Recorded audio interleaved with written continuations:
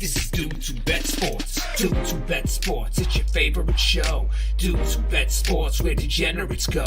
DWBS Sports, time to change your approach with Aaron Holderman and his father, the coach. Let's ride.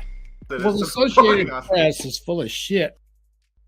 What is up, everybody? Welcome to DWBS Sports. And like I was telling Papa Dude off the air, we've got action right away. Magic's best bet just ran at Fairgrounds. He lost. However, there is an inquiry, and it is officially changed. Magic's best bet has won at Fairgrounds. So they flipped the 3 and the 4 there. It was the right call. He got interfered with big time. So if you bet Magic's best bet, you are a winner. He does win at Fairgrounds, even though he crossed the wire second. So a good start to the show, Papa Dude. That's right. And what was the odds?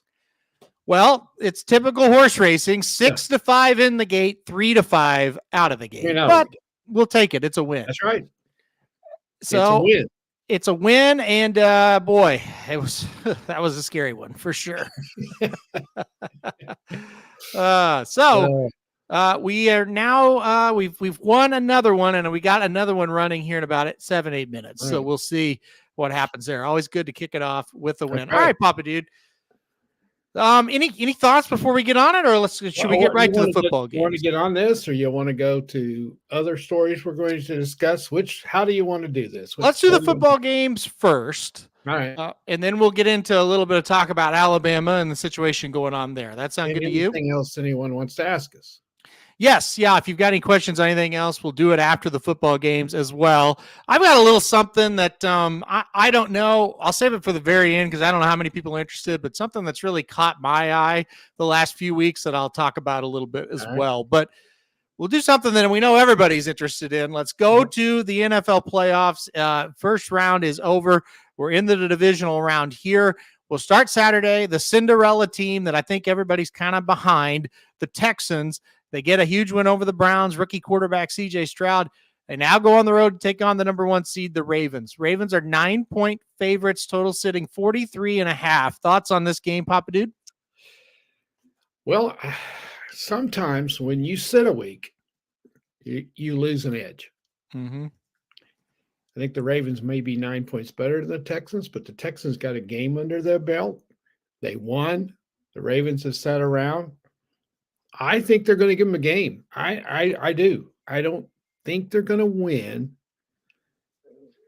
It wouldn't surprise me if they do, but I don't think they're that good yet.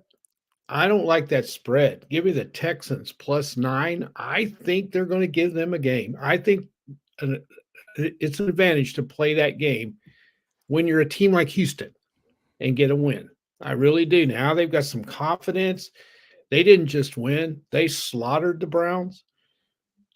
And Baltimore's the type of team that if you can not turn it over, and get a break or two, you can beat them. So I'm going to go Houston +9. Houston plus the 9. So you're going to get aggressive with an underdog here. Take the points with Houston. I'm kind of with you. I was kind of on record. Hey, whoever wins, Browns or Texans, they may give Baltimore a game next week. So I have Houston plus the 9 as well here. I just think, everybody thought last week, the Browns, they'll stop CJ. No, they didn't. Yeah. They didn't even begin to slow them down last week. They didn't. Now being on the road, very different. Baltimore, different animal. Mm-hmm. I really think Stroud will be able to keep it close. So I'm going to go the Texans plus the 9 as well. So we're going to be on the same side here. Yeah. Dennis is a little bit worried about Baltimore. Kevin B says, if you guys didn't see, PFF graded Stroud as a 77 last week, 15 points lower than Jordan Love. Wow. I don't give a shit about that. Do you? That's why I read it. I was praying you would have that. That's just somebody's opinion again. That's bullshit. That stuff doesn't mean anything. You know what means something, whether you win or lose. Right. I guarantee you, coaches don't look at that shit. They don't look at that. That's nuts. Oh, that's why I read it, because I knew you'd have that comment back. Yeah. Looking at the temperature, doesn't look like any snow or anything. 28 degrees. That's pretty cold for a southern team. but I think I don't think that's anything to worry about too much. 28's not awful football weather, that's for Yeah. sure. I'll tell you one thing, after experiencing what we had about 4 days in the negatives, Mhm. and then going outside yesterday and it was 35 degrees, what a difference. I mean, 35 degrees felt great yesterday, and It's today I think better it's today. like You oh, probably yeah. you probably haven't had a chance to get out today because you've been busy. Yep. It's even a little bit warmer today, but then we're going to get slammed again tomorrow. So Yep. not as bad as Yep. what we had. Yep. I agree. Yeah. All right. Well, let's keep it going What is here. And PFF? What's that stand for? PFF. PFF Pro Football Focus, maybe? I don't know. Yeah, boy, that's good. I like it. Yeah. I guess that's what it is. I don't know. All right. Let's keep going here with the Packers and the 49ers. So the Okay. Packers get the big win over the Cowboys, and everybody got to laugh at the Cowboys. By the way, shout out to Chris. I know he's watching. He told me all week, Packers. I said, no way. Packers won easy. Shout out to you. Great call. Now, can the Packers make it 2 in a row? Much different animal with the 49ers this week. -9.5 49ers, total sitting 50.5. Where are you going? Well, you're going to get a team that's not going to choke this week. Their defense is not going to just sit there and say, hey, do whatever you want to, boys, because we're not ready to play. Because that's not going to happen. The 49ers will not play like that. They're going to be ready to play. Yeah. And they do it 2 weeks in a row. I don't think so. The 49ers are healthy. I think the Packers will give them a battle for a while, but I think the 49ers win. I'm going to take them to go ahead and cover, but I think it'll be late before they cover. If you take that 9.5, you might sweat it into the fourth quarter. I think this will be a decent game. Yep, I agree. I think the Packers will give them a game. But at the end of the day, I'm with you. I think late the 49ers push through and win this thing and cover the spread of 9.5. It's a lot of points to lay. There's no doubt about it. I don't know. To me, I still just kind of feel like, look, the Packers are the best team in the league. I know Baltimore whipped them. Maybe they'll do it again. We'll cross that bridge if we have to get there. But I still have the most confidence in the 49ers. I think defensively, they will be able to kind of slow down the Packers enough here. The Packers the last couple of weeks have played really well. There's no doubt about that. End of the day, though, I do think the 49ers are just better. I'm not going to be reactionary after that one game. I just think the 49ers are the better of the two teams. So I'm going to go 49ers in this. Yeah, I don't think the Packers are going to be able to line up and just hand the ball off and he's going to get 8-10 yards every No. No. When do you ever see that in an NFL game anyway? Not very often. And that's not going to happen out there. So if they can't run, I think their running back is good. I think he's solid. He's a really good player. But if they can't run the ball, when you can run the ball, the game is so much easier, and then that opens everything else up for your young quarterback. He's going to feel a different animal this week. I have been impressed with him, though, the second half of the season. He looks like the real deal. But one game is not enough to judge him on. So he's facing big time this week. And if he does it against them, then we'll start singing these praises. But I think the 49ers will be ready for him. Yep, I do too. So we're both on the same teams here, on the same sides as far as the points go. So that'll be interesting to see how that works out. Yeah. Let's go to Sunday's game and our adopted team, at least. The Buccaneers, they do get that win over Philly. They look solid doing it, but it was more Philly looking pretty bad. Oh, God. They go up against the Lions in Detroit this week. I think the Lions get that monkey off the back, I should say, last week, beating the Rams. Close game. I bet I'm speculating at least, they got a lot out of that game. Yes. It might be a little more relaxed this week in a good way. They're 6.5-point favorites. Total sits at 48.5. What you got here? I think this is a game where really home field advantage is going to mean a ton. That city is ready, aren't they? Yep. That crowd was unbelievable. I thought the Rams played great in that game. Actually, it's really the only good game. Yeah, it was. Yeah, it was a fun game. It was. Detroit's fun to watch. They are. They're just fun to watch. I think they have too much offense for Tampa Bay. Mm-hmm. I was really impressed with the Bucks. I thought they played really well, but like you laid out perfectly, I don't know what happened in Philadelphia. I have no idea. But you talk about a total collapse. Something's wrong in the locker room. I don't know what it is.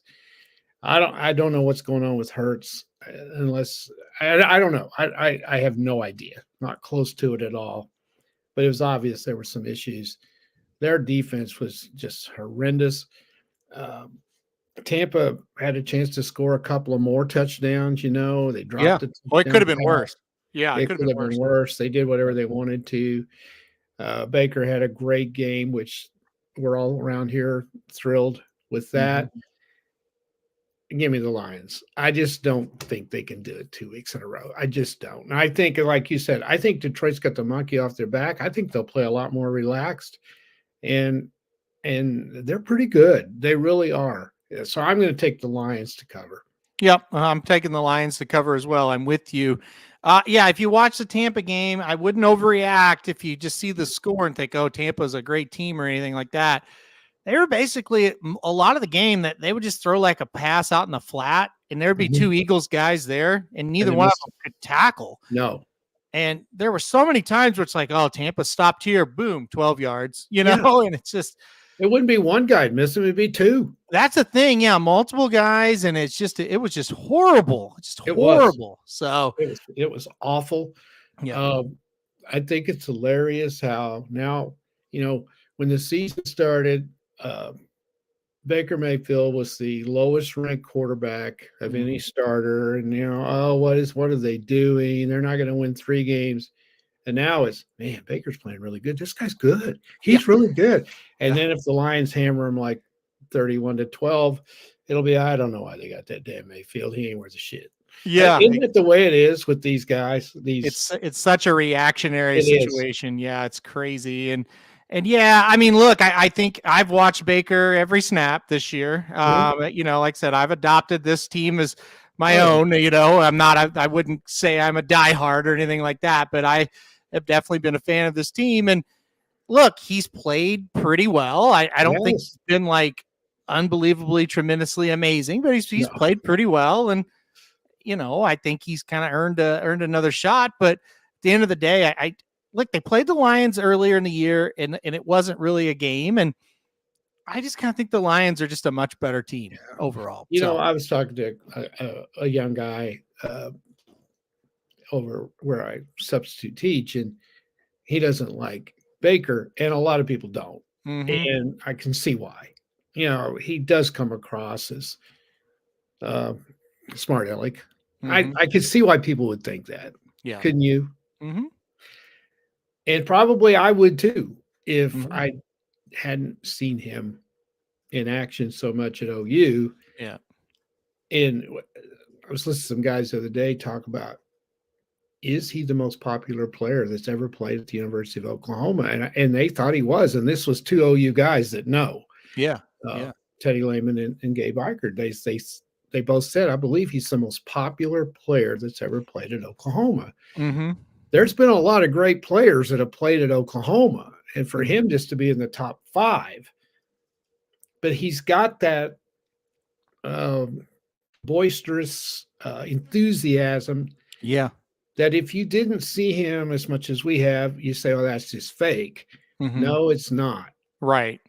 And having followed him as closely as we did at OU and listened to guys, the coaches, the other players talk about him, they love him. Yep.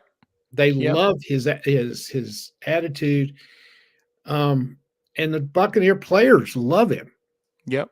And he's just that type. And when they're winning, he did the same thing in Cleveland that year. They went to the playoffs, and by the way, they were very close to beating the Chiefs in the second round. If you'll remember that ball that they scored, but they fumbled it out of the end zone. Yep. That might have won the game for them, and that was a damn good Chiefs team. I believe they won the Super Bowl that year. Yep. And Cleveland had a beat, and so hate him or love him, whatever. He is a winner. he can make a team play better than what they are, and I think he has. Yeah. But it's coming to an end, Bake, I'm afraid. Yeah, I'm afraid you're right on that one. Yeah. Baker was immature, took some humbling, and now I think he's ready for his second half of his career. I don't necessarily think that. I think he's the same that he was. At all. Yeah, no, I don't see any difference in him really as far as that goes. I think he was in a situation in Cleveland where things were going great, and he got hurt, and he should have just sat out that year that he got hurt, and he didn't, and he tried to play through it, and he was awful. There's no doubt that last year he was awful, and they just got rid of him, and he was everybody awful turned on in him. Carolina. Yeah. He's not a great quarterback by any means, but can you win a Super Bowl with him? I don't think so. Not with it would depend. You put him, well, I tell you what, you put him with the 49ers, maybe. I was going to say there's worse quarterbacks than him that have won it, but that's true. Yeah. So you probably could if he was on the best team. He's never going to be a superstar. Yeah. I don't know what kind of contract he's going to get. Maybe we can talk about that when we get done with these games. Yeah. But I don't know what kind of money he's going to get. I heard him talking the other day. They think he's going to get $25 million a year. I can't see that. I don't see a world where he gets that. Do you? It's hard to say, hard to speculate on that. I think probably not, but you never know in the NFL. I think, to Dennis's point, he says this is where he's been the most calm. I think what has happened here, he's gotten with some guys that know how to win. Yeah. There's enough left. There's enough guys left on that roster that have won at the big time level. And I think him being surrounded by those guys has really helped. And I think that would help anybody. Yeah. And I think more than anything, that's what's happening. And I think at Cleveland, they just don't know how to win, and they didn't have players that knew how to win up there. And as much as we liked Cleveland this year, didn't it kind of show? Yeah. They just fell flat ass apart in Houston. They did. Right? It's not like they went down there and lost a hard-fought game. They got their ass kicked. And many of us in the chat, or many of you in the chat, and us two here on the show, I mean, you picked Houston, but you did not think that'd be an easy game. Oh God, no. We liked them, but they don't know how to win. Then you flip it over to Tampa. They're not great, but they know how to win, and I think that helps the quarterback. Well, were they like 2 years away from just had been 2 years since they'd won the Super Bowl or something to that effect? It hadn't been that long. Yeah, and a lot of those guys are still around. Yep. The head coach was the defensive coordinator, I think, on those teams, so he knows how to win games like that. And you got to remember when Baker went to Cleveland, they were as bad as Detroit has been. Horrible. They were horrible. And in his enthusiasm, they won 5 or 6 his rookie season. And then boom, the next year, they were very close to making it to the AFC Championship game. Third year. That was his third year. I was his third year. Okay. Yeah. And they were, he had a fantastic season. You look at the statistics. I mean, he was throwing the ball all over the place. Didn't really have great receivers. He had one. It was pretty solid. But he's you can win games with him. Not going to be a superstar. Yeah. I'm so glad for him to see him have this season to where now he's not going to be one of those that you can say, well, he was a bust. Yeah, no, I don't think that would be fair to say. And Kevin's saying, do you think he's in the 10 to 15 range? Probably 10 to 20. I mean, well, no, not right now. He's not 10 to 20 right now. Yeah, but you got to look at the overall. There are times when he's been down a little lower than 10 to 15. For this particular season, I think you got to rank him around 10. Yeah, agree. I'm not talking about usual. Right. Agree. He's better than a lot of teams have. His season or his career was dead. It was dead in Carolina. It was over. This was it. He went to LA and he got a decent coach, and it was only a 4-game set, but he had that miracle comeback in his first game when he'd only been there like 3 days. And everybody started to say, oh, maybe. And then he played well the rest of that year and got that chance. He owes a lot to McVay giving him a shot. And now you got to take advantage of the shot. But yeah, thank Jim Plunkett. He's a little bit older than my generation, but I know who Jim Plunkett is and what he did with the Raiders. Yeah, that's who Jeff Hostetler, or maybe he's probably a little better than that. But I think Plunkett is a more prototypical NFL quarterback. I mean, he's bigger. He's bigger. He's like I'm trying to think of like a little bit modern day. Gosh, it's tough. Like a Jeff George type. No, he's better than that. Probably a little better than that, but that's kind of where he's at, right? I mean, he's a little bit better. Brad Johnson, remember Brad Johnson who won the Super Bowl tape? That may be kind of what he is. He's kind of a little bit like Cousins, maybe. A bit. Cousins is better. Cousins is probably better, but they're in the same area. Yeah. The thing with I think he's better than Kerry Collins. Yeah, probably, but that's pretty good comparison. Collins for that like couple of years, Kerry Collins was pretty good. That's probably where he's at. Yeah. He's that type. The thing, he probably Trent Dilfer. Yeah, there you go. I think he might be a little bit better, but I think they're close. Yep. He probably could have stayed in LA as a backup. Man made more money as a backup. He went to Tampa for $4 million, and a lot of people say only $4 million. Well, that's stupid to say that, but you know what? Starting quarterbacks, that's low. But it was loaded with some incentives.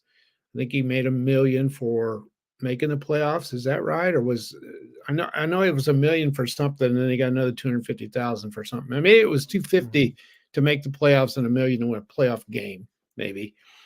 But now he's headed for.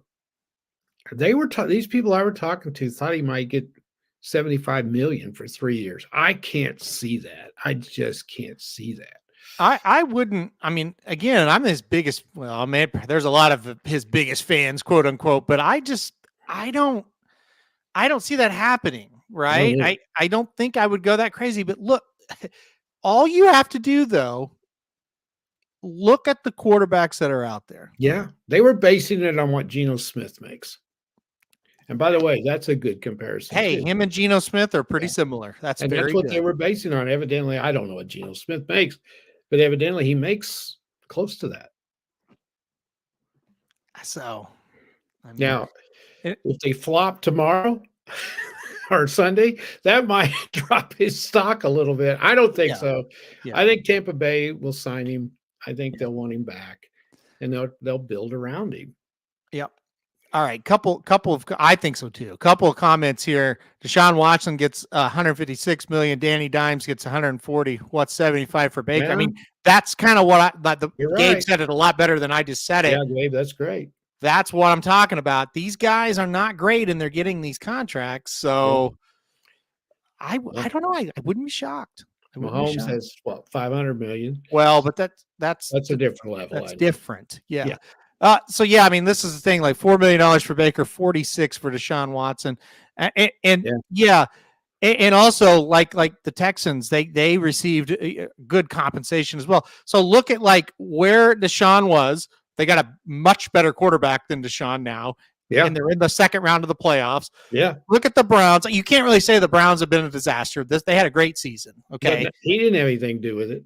No, Deshaun didn't have anything to do with it. They had to get like a 40-year-old quarterback. But still, at the end of the day, Mayfield is further along in the playoffs than the Browns. Yeah. So and there's many factors that go into that. It's not just that one trade, but it's interesting. And you got to look at the Browns' future. I mean, this guy, does he want to play? I mean, I don't know. I don't know either. I don't know how hurt he was. I don't know, but I wouldn't trust him as far as I could throw him, and that's why I never would have given him that kind of money. But yep, I'm not stupid. And like Patrick says, and this is the point I made a little bit earlier, there's so much experience with winning on this Tampa team. It helps everything out. So we'll see if they can go to Detroit and win. It's going to be I very wouldn't bet a interesting. bunch of money on Detroit. I think this game's going to be very interesting. I think at the end of the day, I've seen Tampa the whole year, and even as recently as when they beat the Panthers 9-0 and lost at home to the Saints. I don't think they're good enough to go beat Detroit. That's where it kind of ends for me. So there's two keys. How well is their defense going to play? How well is Tampa's defense going to play? Because Detroit's got a really good offense. And the other thing is, can they keep that Detroit pass rush off of Baker? And that's where the problem's going to start to come in. With a pass rush, he's never handled it all that well in the NFL. I just feel like Detroit getting that win, they're going to play better this week. So we'll see. Hey, their pass rush, that Hutchinson is a hell of a player. They're very good. They are very, very good. Yeah. Yep. Well, hell, they won 12 games, so they're good 13 now. So they're very good. All right, let's go on to the last one. Bills and the Chiefs here. The game of the week, at least from the spread, because this one is close here. Buffalo, a 3-point favorite here at home against the Chiefs. All right, who you got? I think this is the hardest one for me. It is. Yep. It really is, because you and I both are not high on the Bills. And I don't think they were super impressive beating the Steelers. You know, it was businessman-like. It was some weird calls. There was some goofy stuff going on. And it was a rough game. It was a boring game. Yeah. And so I don't know. I don't know how to stack that one up. The Chiefs were pretty impressive.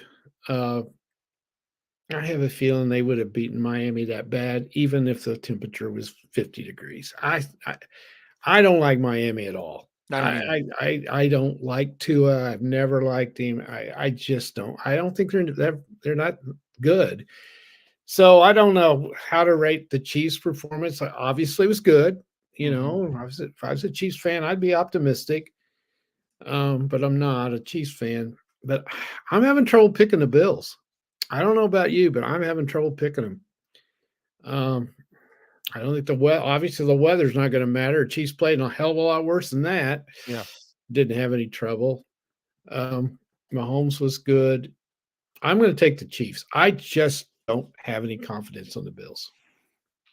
I'm with you. We got the same picks all 4 games.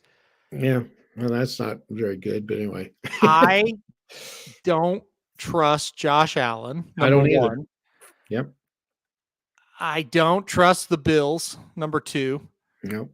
The only thing that makes me pause is this is just a Chiefs team that's hard to trust this year as well. It is. I think it's going to be very close. So give me the team with the points plus the 3. It's kind of how I viewed the Rams and the Detroit Lions last week, you know, and took the plus money or the plus took the team that was getting the points, if I could talk, and it worked out. I think it's going to be the same way.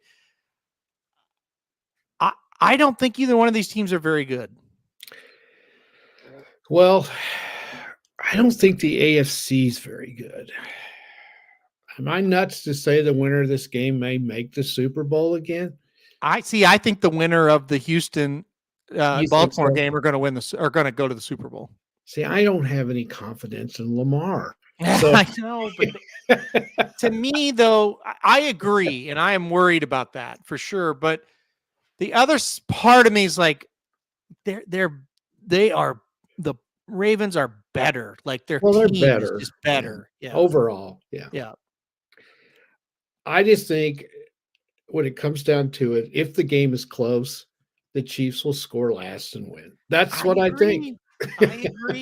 I agree. I think in the end of the day, the Chiefs are in their heads enough to win. Yeah. But yeah, you know what? Buffalo's lost some heartbreakers. They've all been up at Kansas City. Having this game at home is something they've desperately needed. Well, they've been waiting for it. Yeah, and it just didn't look like it's ever going to happen as bad as they were playing this year. Yeah. They've played better, but I don't trust them. They've made a good run.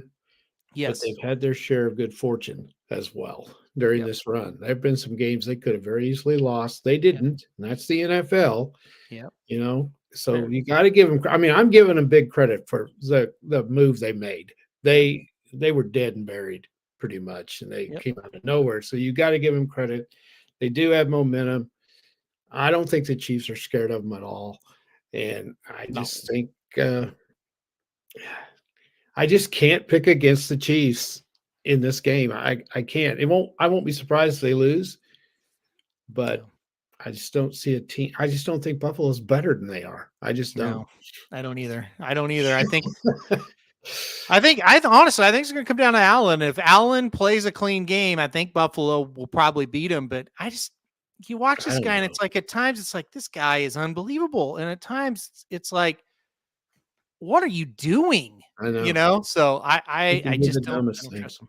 I don't trust him. So yeah, I don't either. And if I can't trust a team, I can't pick them. So exactly, I just don't trust them. So we're going Kansas City and the Ravens next week, and Detroit and the Niners. So we're picking.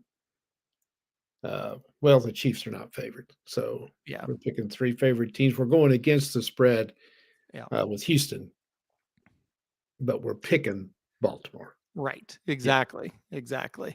Yeah. All right. Any final thoughts on the NFL before we get on to a second half of the show here? No, I thought the playoffs were a little bit of a disappointment last, but they usually are in the first round.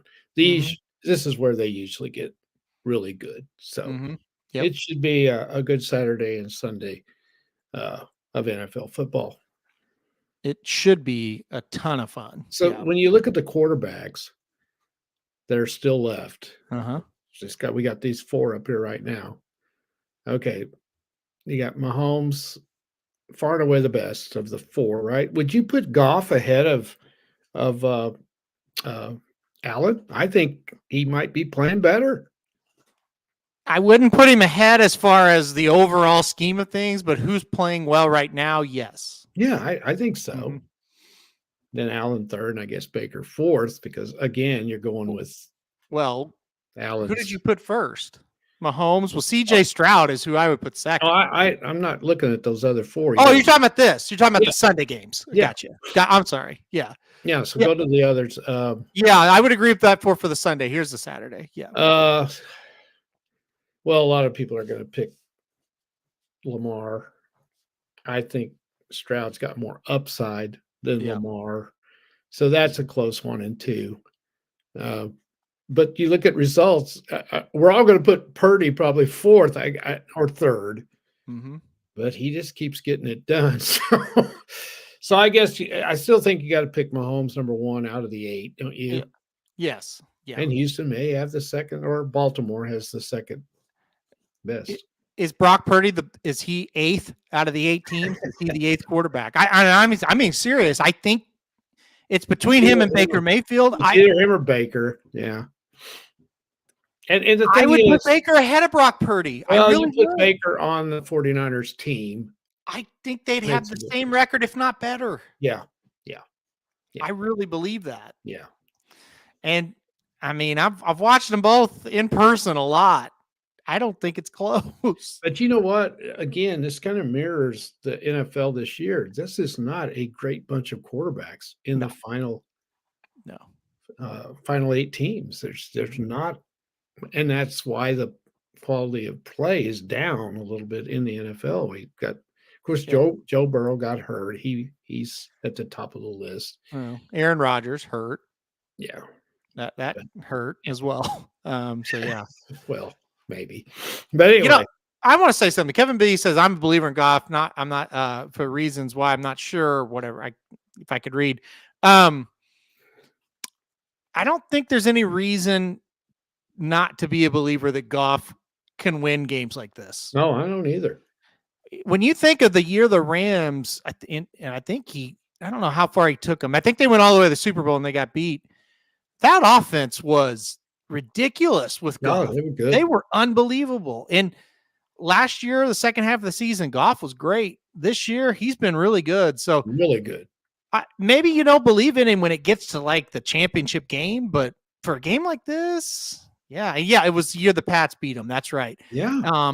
They were great. He was the up and coming next great player. And then the Rams had some injuries and things that happened. And Yeah. he has been very good in Detroit. He was solid on Sunday last week. He played really well. I thought he played really well with a lot of outside pressure on him. Tons of pressure with Stafford coming in there and the Rams hot, and the Lions hadn't won a playoff game forever, and they came through and won. I'm with you. I think a lot of pressure is off them now.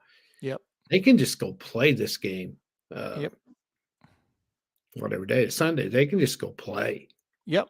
And they're pretty darn good. Yep. Can they beat, if the 49ers win, can they go out there and win? That's a tall task, but yeah, there's not many that left that can. Baltimore did, and so you have to say them, but the rest of them, I don't think any of them could. So that is what it is. And yeah, that was the year that Goff and Mahomes went off on that crazy game. I don't remember the score, but it was something very similar, like 50 to 49. I remember that, a regular season game. Yeah, it was incredible. And Goff was matching them just throw for throw on it. That was when the Chiefs had a horrific defense, but still, he has had many games where he's been very good.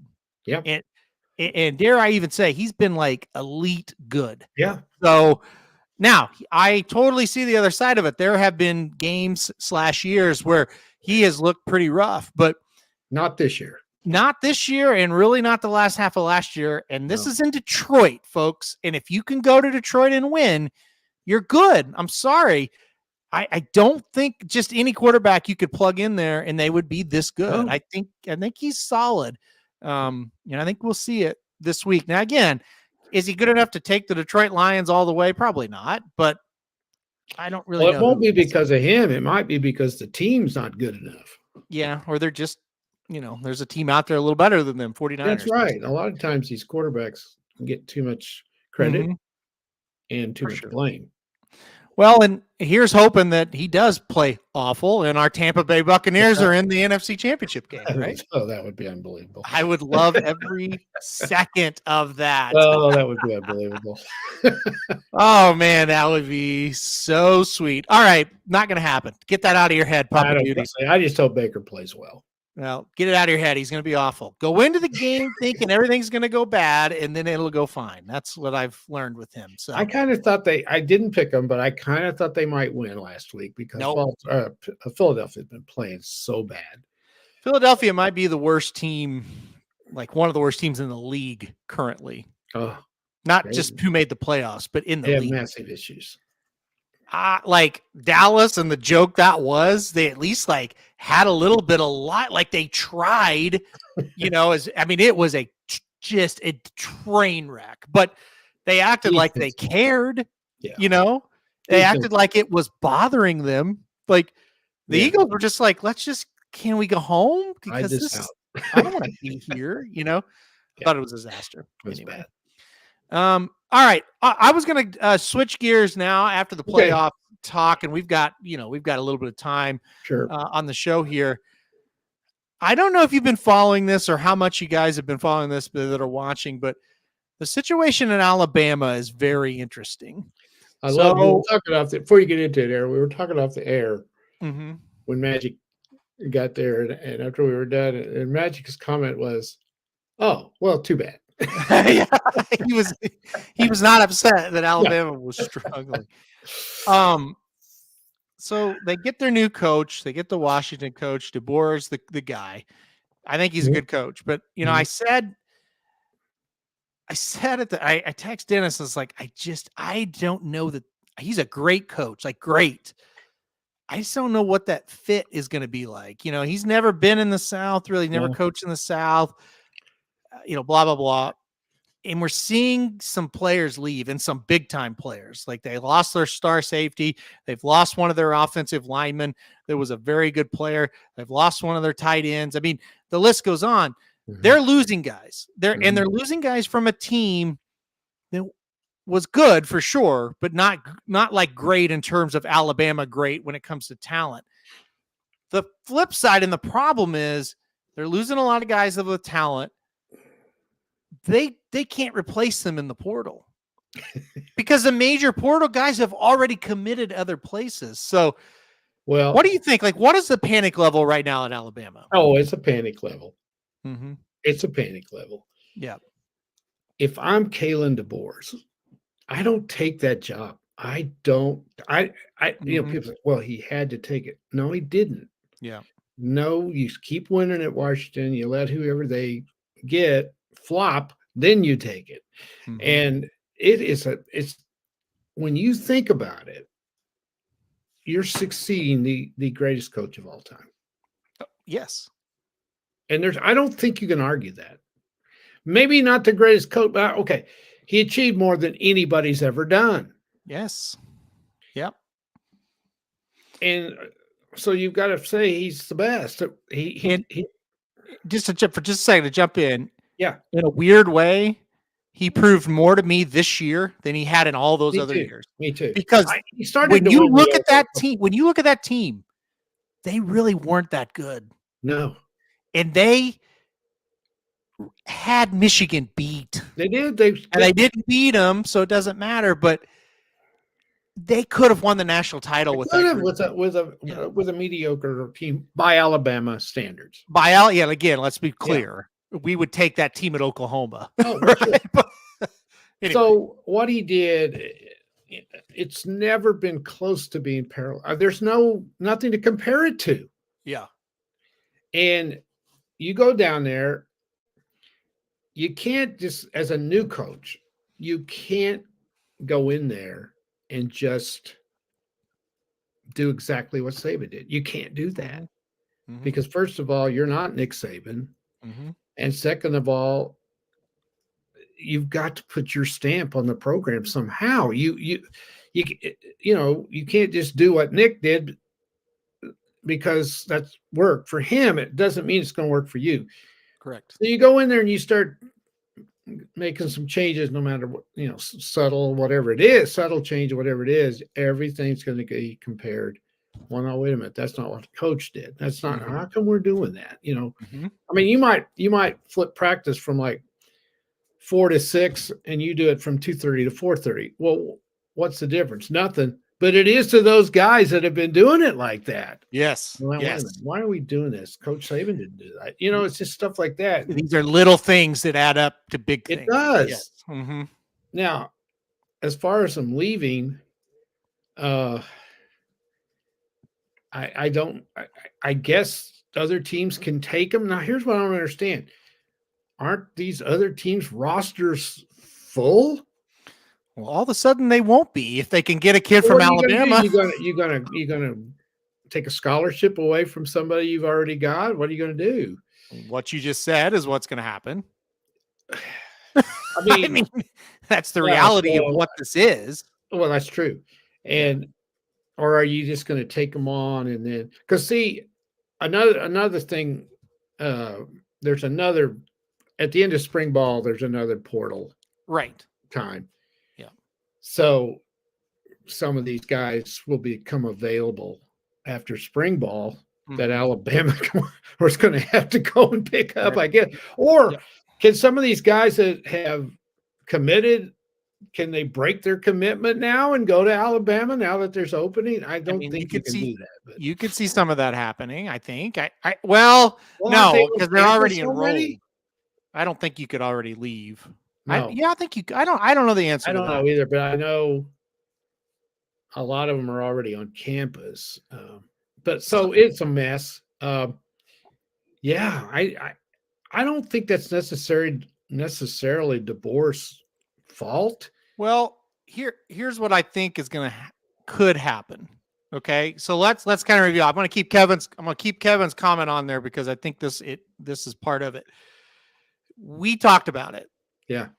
A lot of years, if Saban would have chose to do this, you have the next guy on the staff. Yeah. And that next guy on the staff is going to do a better job of keeping your guys. Because he knows there. He knows them. And that next guy on the staff is going to do a better job of keeping things like it was. Yeah. Because even though maybe there are some things he doesn't want to do, they're doing him. Like, he knows the operation. He right? does. But He was Alabama, part of the operation. exactly. Yeah. But Alabama, after years of having the guy on their staff, Saban retires in a year when they don't have anybody that can take it. No. And all those guys are at big programs and having success, and they couldn't leave. Yeah. So this is what you're left with. And now on you got a guy that nobody in Alabama knows this guy on a personal level. I'm saying. No. It's not like a guy that's from the SEC and they come over and he's like, the kids that are getting ready to leave is like, no, don't do that. I tried to recruit you here. Yeah. We want to keep you, Yeah, we wanted you at Mississippi, or we wanted you at Texas. None of that. Yeah. There's none of it. He doesn't know any of them. Yep. And he probably tried to recruit some of them, but not really. Doubt it. He was at Washington. I'm sorry. They're not going down there to get guys. They're not. He doesn't know any of those guys. Yeah. Maybe a couple. Yeah. So that's a huge problem. He has no relationships with anybody down there. No. Okay. And if they are deficient in NIL money, they're going to jump where they can get it. And that's a very good point. Where he left, he's got nobody he can bring of any relevance. They're all leaving, going to the pros. They've graduated. They're gone. So he has nobody he can bring with him. No. What Kevin said is true. Alabama is not unbelievably high in NIL. You wouldn't think. And when it comes right down to it, you put the truth serum in Coach Saban's mouth. That's why he's left. I said it right when I said it's the NIL. It's a huge problem. His advantage, and Dennis texted me immediately and he said their advantage is not there anymore. I said, exactly. And you've seen the NIL era. They haven't been dominant since it started because they don't have that edge. Right. And what Kevin said is true. Some of those guys probably took discounts. Bam, Saban's gone. Why am I here? I can go anywhere. Go make some money. Yeah. And so it's become a big issue. Dennis said earlier he thinks the panic button the panic level's at 8.2. I agree. Here's more. Here's the problem. We said that the Alabama team talent-wise wasn't great for their standards. Okay, they graduated some guys. They still had great players, but not this. Yeah, right. They've lost some guys. Yeah. Okay. Now they're losing. They have a very tough schedule next year too. Very tough schedule next year. They can't get a lot of portal guys in. You can't tell me that there's a chance they're going to go like 9-3 next year. Yeah, and then what's going to happen to Kalen DeBoer? And then it'll be the test of, are we going to let DeBoer, who is a winner everywhere and a great coach, are we going to let him do it, or are we going to get all over his ass? And we know where they're going to go. I think things are going to get really interesting there. I would have never taken it. I don't care. I wouldn't have. I just wouldn't have. Yeah. It's not a good situation for anybody to come in there. And Saban is still there. He's going to have an office. I don't think he's. And I'm not saying Saban's going to interfere. I don't think Saban is going to interfere, but I do think there's going to be rumblings when they lose the first game they shouldn't lose that maybe Saban should just move offices. Yes, that's what I'm saying. He's still around. He's part of the university. And no, I'm not in any way suggesting that Saban's going to interfere. He's not. He's too classy to do something like that. But the fact that he's right there, I wouldn't like that. When Stoops got out, he was gone. I mean, he was still around, but not like this. In a lesser thing, when Riley, now we're understanding a little bit more, when Riley left and they hired Venables, who was not part of the staff. That's why so many people left. Yep. And it was just a max exodus, and this is the same. I'm a little surprised that many have left Alabama. I'm not. And I'm a little that many has, but I don't know. I do believe Saban got out mainly because of his age. I do believe that. I think that was the number one reason. I don't Yeah. have any. I'm about that age. I know what he's going through, and his demands are much more than what I have, and there's no way I could do it. So I do think that's the number one reason. For But sure. if it wasn't, if NIL wasn't around, I think he might have made it another year or two. I mean, that's got. I don't care what they say. These coaches, it's got to be the biggest headache they have. They Big time. they can't develop players. They can't develop them. You can't get a freshman in there and he's not quite ready, but you know he's going to be a superstar. It may take him a little while because all of these kids mature at a different level. Some of them can come in and play right away. Some of them are not mature enough. They're not big enough to play yet, or they can't adjust to it as quickly as others. But you know they're going to be a star, and they need that first year. And then by the time they get their sophomore season, they're ready to roll. No, they're leaving. They didn't get to play. They're out the door. Yep. And a huge part of coaching is developing players. And I know that's what they did at Alabama. They got those guys and they developed them. Can't do that anymore. They'll just leave you. And it's a bad situation. Yep, it is. And I think it's going to be interesting. I really do. I think we saw firsthand when our coach decided we didn't need the portal when he came in that first year, which he, again, to his credit, quickly adjusted year 2, year 3. You saw it when we lost players and you don't replace them. You're not. They were saying they reported last week. I think officially all of them are supposed to be back in class this week. But some of them came in last week. When they're all there, we have 34 new players on campus for spring football.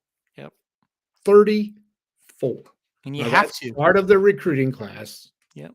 That come in early. Not all of them do, but some of them do. Plus the portal. And now you have a recruiting class and you have a portal class. Yeah. So you got 34 new guys that you'll fit into your system starting this week. Yep. And that's unbelievable. It's incredible. It's incredible. You got a whole new team pretty much. Yep. Plus you got a new offensive coordinator, new defensive guy. It's crazy. So it's a changed world. It was already a job that was almost impossible to do well. And now you've got this. You got to hire people just to handle this. This is its own There's thing. no way in the day you can do it all. You cannot do it. You cannot keep up with what's going on. You got to have somebody that's watching that portal around the clock. Then you got to get tape of these guys and you got to analyze them. And you got to say, okay, will they help us? Will they not? Who do we need? What position do we need? And the portal's constantly changing. It's just like recruiting these guys. After you've spent all that time recruiting high school kids, how can you even sit down at night and drink a cup of coffee and take a break? How can you do it? Well, you're doing it 24/7. You've got guys on your staff that are 24/7 looking for players. Yeah. I mean, that's what it is right there. It used to be like your staff of coaches, you had like 5 or 6. Yep. Now you probably got 50 guys. Yep. They're working in those football offices because you got to have them. And you're looking at it and you're going, okay, this guy isn't playing very much.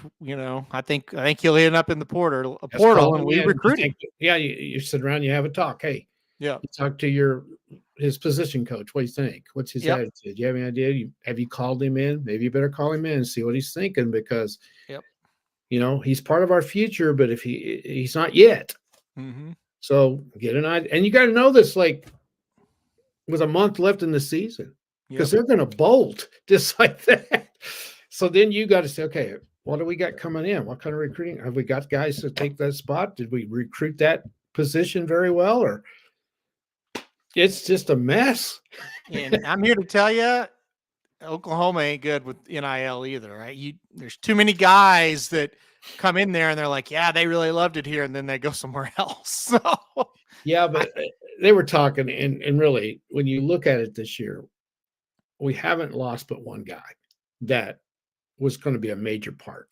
Oh, as far as losing guys, no, we haven't. we're But as not- we're far as not losing. bringing We're new not- ones in, I'm Yeah. not sure. Yeah. Well, but we're not losing key parts of No. the team, which is a good sign that things are going good within the team. Yeah. No, there's not a mass exodus out of No. Oklahoma. No. No.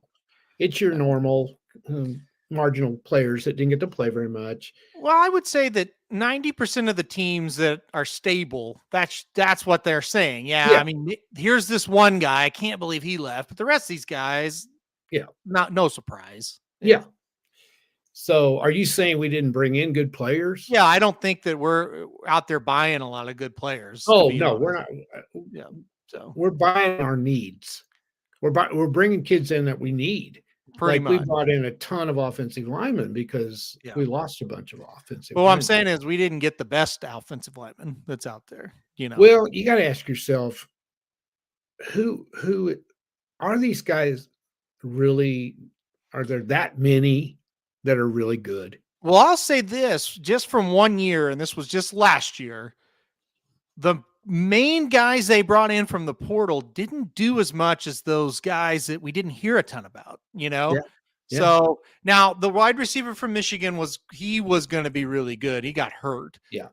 But the rest of them were kind of those unheralded guys that came in and did well. And I think that's what they've plugged in now. Yeah. We did get a wide receiver from Purdue that everybody wanted. To me, like that's the big land for OU. That's right.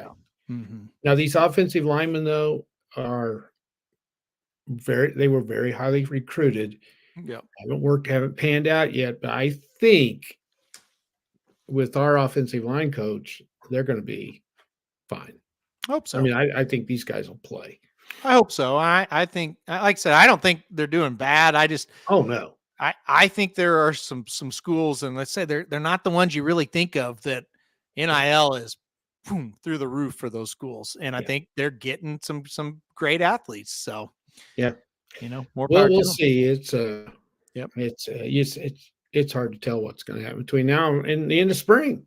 Yep. Oh, for sure. You go through this again in the spring. Yep, for sure. Somebody's going to be on that list that you didn't think would be, and it's just. I don't know. It's very, very hard to satisfy all of them. It's impossible. You got 65, 70, 80 kids, and you only got 22 spots out there. Well, and they have so many options now. Yep. They don't like it. Somebody else will take them. And, dads are involved in this now. They have agents. Agents. It's ridiculous. And for sure. It's got to change. I think it will change, but it's going to take it a while. But I think something's going to have to be done. And I think eventually it'll happen. Either the money's going to run out from the public funding this NIL, and then the colleges will have to get involved in it, and that ain't going to fly. So I was going to say that's when it'll all go away. That's when it'll all go away, and eventually, I think that might be what happens. I don't know. Dennis makes a note here on horse racing real quick. Fairgrounds turf starting to look rough, and also the sky is blue, Dennis. I mean, it's not a shot at you there, buddy, but boy, doesn't it seem like every time that turf course looks awful down there. So we'll see. Hopefully there's some decent turf racing this weekend down there, but it doesn't look good. I agree. I totally agree there. Where is there any good turf racing? And doesn't all tracks have trouble with turf? The NYRA tracks usually are pretty good. It's pretty good at Remington, isn't it? I don't ever hear them talking about down there. The Remington turf's usually pretty good. Santa Anita has a great track. Well, they got pretty stable weather too. Yep. Keeneland has great turf. Yeah. Colonial Downs probably has the best turf course, honestly. Trying to think. I think that's probably about it. Canterbury's got great turf. I'll be darned. Yeah. Now they run in the summer though. Yeah. Mm-hmm. So they don't have to worry about winter. Yep. Man, I'll tell you what, you get these tracks in where they're running in the winter, even New Orleans, the weather's not great in the winter at New Orleans. And to that, Sam Houston, great turf course at Sam Houston. Yeah. Oh, immaculate. So there are some, but it seems like, Gulfstream, nope. Fairgrounds, no. Churchill, that is laughable. Atrocious. It's not great at a lot of places. Yeah. To say the least. So well, You want to go to something else? Yeah, go on. What's next? I want to mention Mike McCarthy. Okay. Yeah, that's a good topic. You know, the guy is 36 and 15 Yeah. the last 3 years. When are we going to start holding professional football players accountable? Yeah. Why are we going to continue to blame the head coach that's gone 36 and 15? Okay, you find me very many guys that have gone 36 and 15 in 3 years. How come he doesn't get credit for that? All he gets credit for is they can't win. And by the way, when's the last coach they've had that's been able to win? I looked it up. Yeah. The great Bill Parcells, the greatest one of the greatest, how many times we hear that bullshit on him. Right. And he acted like an authority. He was a great, Husky was the greatest coach. Well, it's me. Yeah. He was 34 and 30 at Dallas. A lot of people don't remember Bill Parcells failed in Dallas. I remember that. Yeah, he wasn't anything. Mm-mm. This guy's 36 and 15. And so you want to fire him because why? I mean, they didn't show up. You're going to blame him. These are professional athletes. Mm-hmm. They're getting paid inordinate sum of money. Don't they deserve some of the blame? Mm-hmm. Or what about the offense or the defensive coordinator? Mm-hmm. That was the worst defensive performance I've ever seen out of a team that's got some players. Yep. They were obviously not prepared for that game. Yep. And to me, Mike McCarthy is supposed to be in charge of the offense, right? Mm-hmm. Well, they scored 32 points. I know some of them were garbage. And by the way, Dak was terrible. To me, you just hit it. They don't have a quarterback. No, but that defense killed them. It killed them for sure. It killed them. They were out of the game before they ever had a chance. Yeah, but they were out of the game because he wasn't making any plays, and that's true. He was awful in that game. I mean, he would have had to win that particular game. He would have had to been spectacular. I agree, but which he's not capable of. They got dug in a hole a lot because he couldn't move the ball, or he would turn the ball over and this, that, the other. I mean, he was awful, but he always is in those games. Yeah. So I guess it's official now. McCarthy's coming back, supposedly, which does not surprise me because Jerry Jones might be an idiot in a lot of ways, but he's going to look at 36 and 15 and say, how can I fire a guy that's been 36 and 15? Yeah. I mean,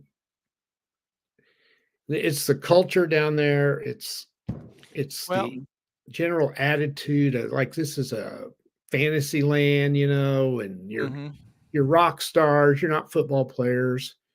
You're soft.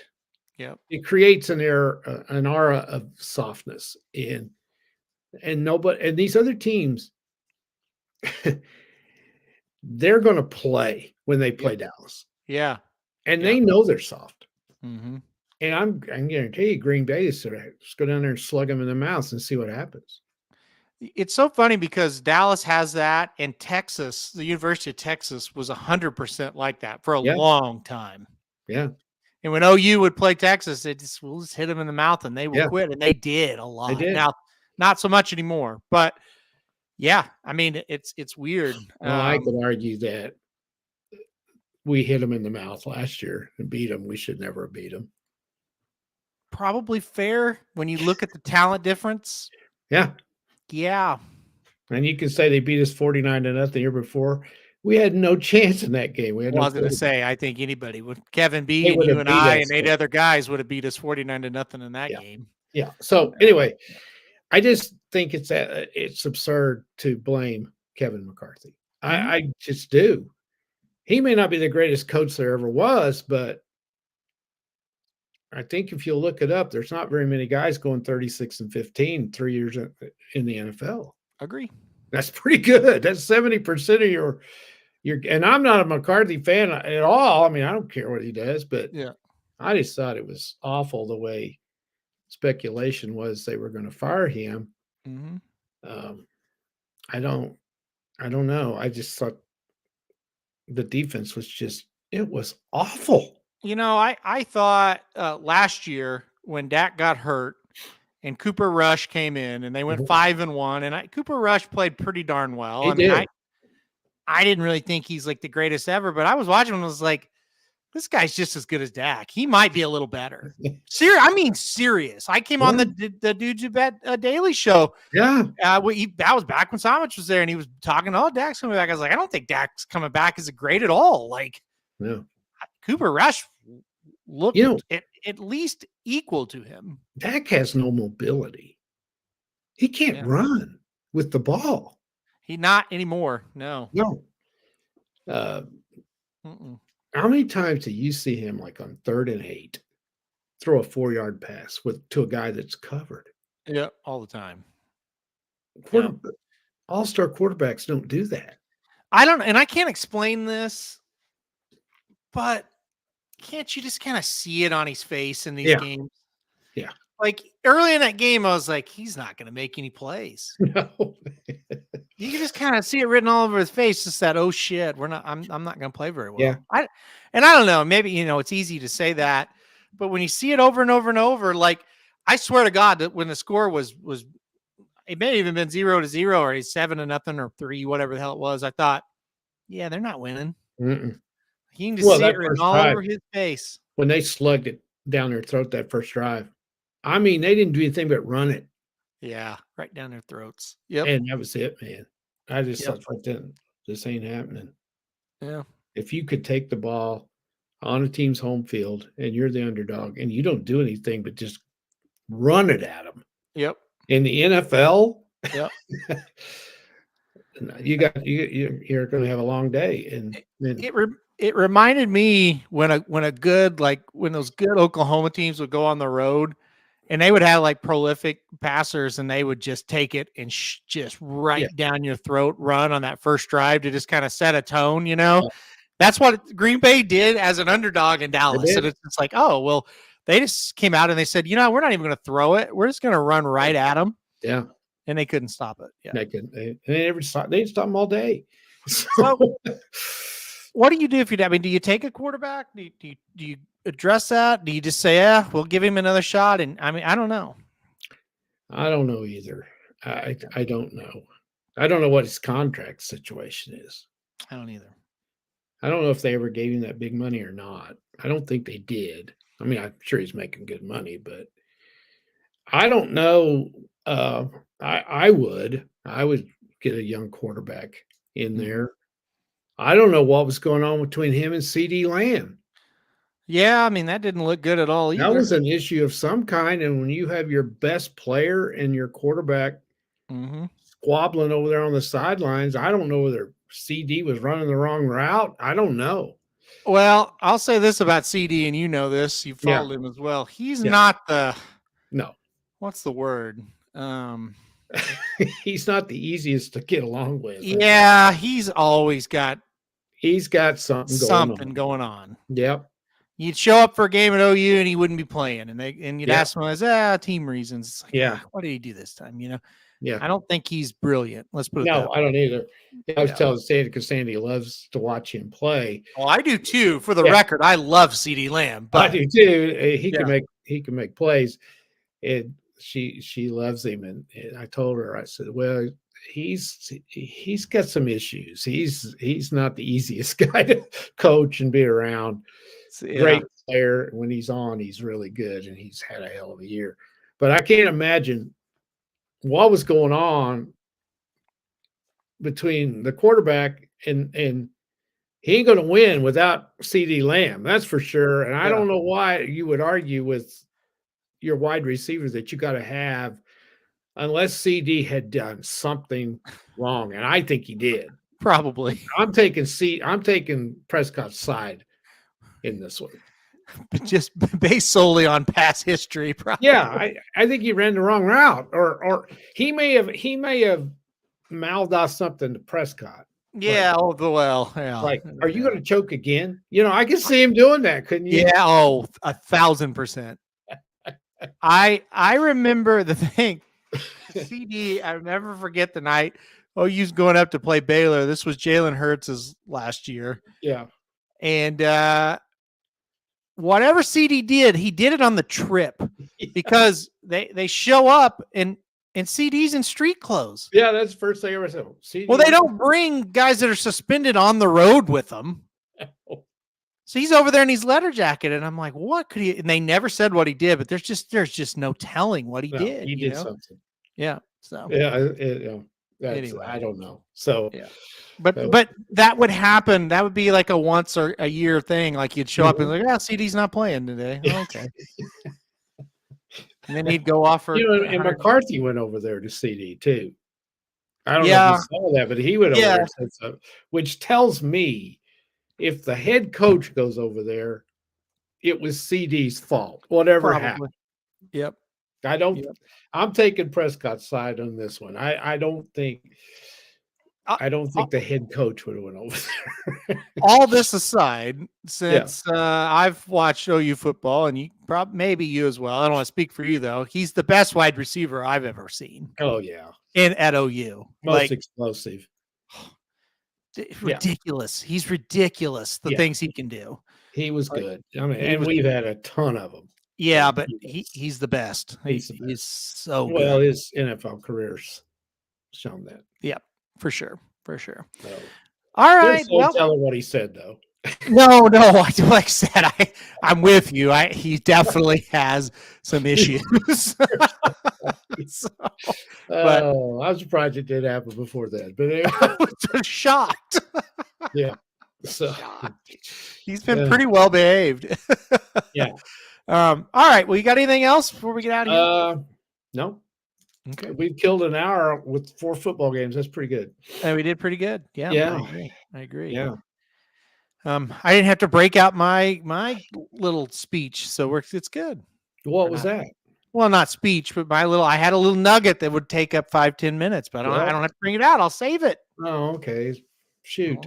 I like I don't want to waste it. Listen, I'm into all kinds of weird things that I watch on YouTube that I can bring up on this show. So it's ongoing. Don't worry about it. I don't watch weird things on YouTube. What I'm tracking right now is this Oakland A's move to Las Vegas. Okay. That's my big thing that I'm tracking at the moment. I don't know why they haven't done that already. Exactly. I do. Oh, okay. Because I watch YouTube videos on it. Well, you can't believe everything you see. Well, no, I watch Brody Brazil is the guy's name. He's that's a great name. Well, no, he works for the Oakland Athletics. And he's kind of like the after the game, he's kind of the guy on the desk that, is kind of the breaking down the game kind of. Yeah. Anyway, so I watch his videos, and there's a lot of weird things going on with that. And I'm obsessed with Las Vegas sports. I absolutely love it. What they've got going right now with the Knights and the Raiders, it's great. And the A's, they're going to build that stadium kind of over in the same area. It's amazing for a sports fan, but there are a lot of problems with this Oakland A's thing. No, so sure. I'm just seeing what's going to happen here. So it's going to be interesting to see. So anyway, I'll save the details for another day. How about that? Okay. All right. Good. Well, we're going to get off here. Everybody enjoy this song. This will be the last time you hear it because we're getting something new next week. So everybody enjoy it one last time. We do have it, huh? It's official. He's working on it. And if he doesn't have it done by next Thursday, then what are we doing, right? He will have it done. He'll have it done. He'll probably have it done tomorrow. Do we have the new one for the Daily Show in the morning? We have the music picked out for both of them. It's just him putting it together now. So maybe would be my answer to that. I can say I could see that being a definite maybe. Yes, definite maybe. We'll see what happens. I would lean 65-35. Let's see. I can't wait. Go that far? Yeah, I'd say so. I can't wait to see the news break on Wednesday. What are you talking about? I can't leave on that. That would be a whole week from today. On Wednesday. Oh boy. Now you've really got me. You really got me confused. I was thinking that far in advance. I don't know. He may think today's Tuesday. The Oakland news. Now, what Oh, is this? What Oakland news are you talking about? God damn it. Hold on. He's got an inside. Oakland news on Wednesday. Why am I think he's just lying to me. I don't know. I'm not going to go down this rabbit hole. I don't know what he's talking about. All right. I'll find out. All right, guys, we will be back later on. We'll see you back for Dudes Who Bet Daily tomorrow. I do have bad news report. We're 1-1.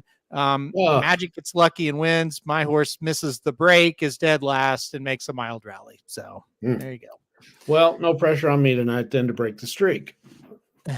Well, no. The streak has been broken, but we need you to win to have a winning day. So there's still pressure. Yeah, So. I'm fairly confident, but Kevin says, Papa dude, tell me you've seen these coaches playing defense in college basketball. I don't know what he's talking about. Do you? I don't know. Well, is he talking about like the Alabama coach throwing the Missouri coach? Did you see him throw him out of the huddle the other night? No, I like that. I did like that. I saw that. He's saying, are you saying like they're like over on the sidelines acting like they're guarding somebody? Yeah, just tell us, like, Kevin, or are they jump off the bench and come out onto the court? Oh, no. Guess I haven't. Haven't noticed that. I don't know that that's a new thing really, but well, it depends on what they're doing when they come out on the court. But wow, he says they throw out their arms and are fully on the court. Yeah, guarding. Good. No, Kevin, I haven't seen that. That's ridiculous, but for sure, pretty stupid. Yeah, I did see the Texas coach wouldn't shake the hands of whoever beat him the other night because they were giving him the horns down. Wow. Yeah. And he threw a big fit about that. Wow. They were over there celebrating. Who was it beat him? Central Florida or somebody? You got me. And they were doing like this on the sidelines, and he got pissed. Thought that was unsportsmanlike. He said it was classless. Yeah. Well, win the game and they won't be doing it. Well, yeah, or just grow up. You could just grow up. I mean, it's. I don't know what's wrong with people, but no, I have not seen that. I will look that up. Texas lost. To step in and wow, Texas lost at home to UCF. Ooh. Yeah. No wonder he was having a little fit. I think that's what made him say they were classless. Was he lost to Central Florida, which isn't a bad team. We just said though you can't lose those games at home like that. I think they may have lost 2 at home now. I don't know, but anyway, I don't care. Hope they lose them all. But me too. Yeah, I don't know. It's a dog eat dog world out there, and these coaches are getting nuttier by the day. Tell me about it. They are, I don't know. It is interesting. I don't really think, like Kevin said, I don't really think the players care at all about. They don't. It's all about their administration and their coaches and their fans. Yeah. Yeah. I don't think they care. No. Most of the time, shit like this, the players don't even know what's going on. You know why? Because they have to focus on playing the actual game. That's right. Yeah. Yeah. The player flipping off the ref for North Carolina State. Did you see that? Yes. Okay. I thought that was funny. Yeah, Dennis sent me that. That was pretty funny. Yep. I mean, you talk about classless. That's classless. Right? Now that's a different gesture. Yeah. Yeah. Imagine what he would have done if he would have given him the horns down. What would have happened? Oh, God. The other day on Twitter, there was this idiot posting that surely not about the post was he'd been to a high school basketball game and he had to get him leave because parents were so bad. Believe yelling at the officials. Mm-hmm. Yelling at the officials. So somebody made a comment, well, there's 50-50 on agreeing with him or not. Yeah. And then this one guy posts, he goes, listen, when you're up there yelling at those officials, we're having a tremendous say in what's going on the court. Because we're swaying those guys. And I'm sitting there going, that's what they really think. How many times have you been to a ball game and you're like 100 yards from the field or the court and you're yelling and you think the referee can hear you? All I'm going to say is there are times during conversations you have with people where you know that they've never been on an actual court, field, whatever. Like they have no idea what actually happens down on the field or the court. Yeah. If anything, you're yelling at an official makes them call it against your team. 100%. From the fan standpoint, 100%. A coaching a little different, but yeah, I mean, as a fan, there is no time where you're going to influence an official. No, because most of the other people yelling wouldn't officiate a game if you forced them to. And I will say that couldn't officiate one. If you are a parent, okay, and you are screaming, whether at the other team or an official or at your own child, the only person you are going to influence, and it will be in a negative way, is your kid. Because he or she will either be embarrassed that he can hear or she can hear their parents yelling at an official or a player or a coach, or they'll be embarrassed because they're yelling at them. Yeah. The best advice I give to parents of high school kids or any kids, I guess, any age group, just go enjoy your kid play and don't worry about anything else. Because the bottom line is 99.5% of the players are never going to play any higher than high school. Yeah. And if your kid's a good high school player, good. That's good. Enjoy your kid playing. And as long as the child is, or boy or girl, is playing up to their ability and doing the best they can do and they're having fun, then why are you getting all upset at the officials or the coaches or anything else? Yep. And it's just not, it's ridiculous. Like, my uncle, your brother, obviously. Yeah.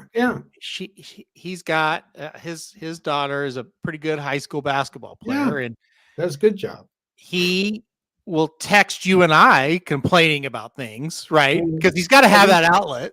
But he's not bad. No, not bad. I'm not saying bad at all. But he doesn't yell at the games. That's my point. Yeah. When he's at the games, you know what he does? He cheers for the team. Yeah. And if I'm sitting there with him or you're sitting there with him, he might whisper something to us that we just want to say, but he's not going to embarrass anybody. And that's how you should last night. Sandy and I went and watched her grandson play, and his parents are outstanding, and they're getting drilled. Yeah. They're getting shit beat out of them. They're not saying a word, and the grandson played pretty well. He did fine. So after the game, Randy come up to me and he goes, "Well, he said, I don't think we're going to be very good, but he said, as long as Mason's enjoying it and he's playing well, that's all I care." Yeah. And I said, that's perfect attitude. That's the attitude you want. 100%. Yeah. I mean, as long as he's having fun and he's playing the best of his, who cares? I mean, they obviously weren't going to win that game last night. And so just focus on your kid, watch him and enjoy it. That's all you can do. I had a kick out of these two comments. My Southern mom at my games growing up in Hermosa Beach, California, was always screaming at the refs. There is always one or two, unfortunately. And listen, I could say the same thing. Like, we always talked on the ride home about things or when we got home, but during the game, I never noticed anything from you guys other than just like normal cheering, Yeah, you just. But with that being said, I know 2 or 3 sets of parents that you always heard at every game. Oh, and I know that sudden you got kicked out 2 and 3 times. 100%. And I know my buddies that were sitting there or playing out there with me would just be like, "Oh God," doing it again. Yeah. So it's just, I don't know. I get frustrated. I watch things and I've coached forever and I see some dumb stuff, but going on, and kids aren't coached very well, but I don't say anything. I don't say a word. Granted, she probably had a few drinks in her Come on, it was a Saturday. So I'm not going to mention any names. Don't mention any names because I think the guy's passed away now, actually. And I haven't seen my buddy. Well, he wasn't really my friend, but he was a teammate of mine in 100 years. But there was one guy, baseball, that would get drunk and always get thrown out of a game or two a year. Yeah. Do you remember who I'm talking about? No. His kid pitched for us, and Babe Ruth, big kid, left-handed. Oh yeah. Okay. Right. Every year he would get kicked out of a game. Yeah. And it was usually down at Gassville or Monette. Yeah, Anyway. somewhere where he was, to his credit, he would sit way away from everybody though. Oh, for 99% of the games, he would be out in the outfield, and you can hear him yelling, and it's borderline hysterical, the thing. But sometimes he'd drink too much, and he would come into the and that was the end. And that was when we'd have to go out there and go such and just, such to calm down, and he would usually, but he would out before you get him calmed down. Yeah. We basically, I would go out and say, "You're being stupid," and he knew it, and he just had to get it out of his system, like you said. Yeah. Dennis said he'd love to see a drunk baseball because you're out. You're not inside a building. Yeah. Dennis said he'd love to see a drunk dudes who bet sports during a football game, like when they bet. So, Dennis, I'll say this: we had we talked about the Vegas trip. We weren't drunk, but we John White bet like a ton of money on the 49ers, and he bet so much money that he got like tons of free drink tickets. And John drinks, but not like, just a couple beers while he's watching the game. So we all had like free drinks because of John. So we all were sitting there drinking. We weren't drunk or anything, but it was hilarious because we were watching the 49ers and they got behind early. It was just, we were having a ball. We were so mad. Anyway, they came back and won. It was a good ending. Yeah. But yeah, that's why I like going to Vegas with 4 or 5 people and you're in the room betting, and it's such a funny, fun time to do that. So anyway, it was fun. Shotty's met John. I think John was drinking wine the night. He gets pretty funny after a drink or two. So he's pretty funny sober too. So anyway, I don't know where we were talking, but yeah, that comment made me think of that. But anyway, that's all I got. That's all I got. Breeders' Cup, that was fun. Friday was fun. Yeah, for sure. Saturday was more fun. So, all right, we're gonna get out. That's it for us. We will be back. Yeah, Papa Dude really needs to meet John. There's no doubt. Yeah, that's true. I think it would be hysterical. I think you guys would love each other. I really do. He is. Thing about John, and I always knew it, but I got to talk to him just about sports only for a long time. He used to listen to this. He loves all sports, and he knows a ton about all sports. I mean, when Roger Clemens was pitching, he used to get on a plane because you couldn't bet online when he was younger, He would get on a plane, like the afternoon plane leaving from whatever town he was at, to Vegas to go bet Roger Clemens when he was pitching. Like that's the kind of guy. I mean, he is a Hall of Fame gambler. I mean, everything this guy thinks about involves gambling. I mean, I walk into the casino and he's like, we had just landed and nobody had ate yet. But he's got the Rangers betting this hockey game. And he's like, I just don't want to leave it. I said, John, I've got an iPad. You can watch it on this iPad. And he looked at me like I was like the hero. And he's like, let's go eat. And he just carried that iPad around and watched that game the whole time. So yeah, you would definitely love him. He's unbelievable. Yeah. Hall of Fame gambler. Put it on my tombstone. Yeah. It's great. But anyway, all right. That's it. That's our show. So, all right, we're going to get off here now. Unless you've got anything else. I don't have anything else, no. I feel like the commenters have kept us on this show. So, So yeah, and we talked about that because John lives in California. Still no illegal horse betting or sports betting. I'm sorry. Ridiculous. So I don't know what to And tell you can go somewhere else and do it. You just as well make it legal in your own state. Well, that's just it. And Cash LA Surf says buddies drive to Vegas. That's. I mean, John goes to Vegas a lot. So I know a guy that goes to Kansas because you can't bet in Missouri. Yeah, he goes to Kansas, and it's just right across the border, and there it is. Yeah. About 30 minutes from where we live. Yeah. Yeah, you can go bet sports. Yep. Why not get the tax revenue in your own state? Stupid. You can do meth in California, but you can't bet. Yeah, well, you can do you meth, can do meth anywhere. anywhere. So.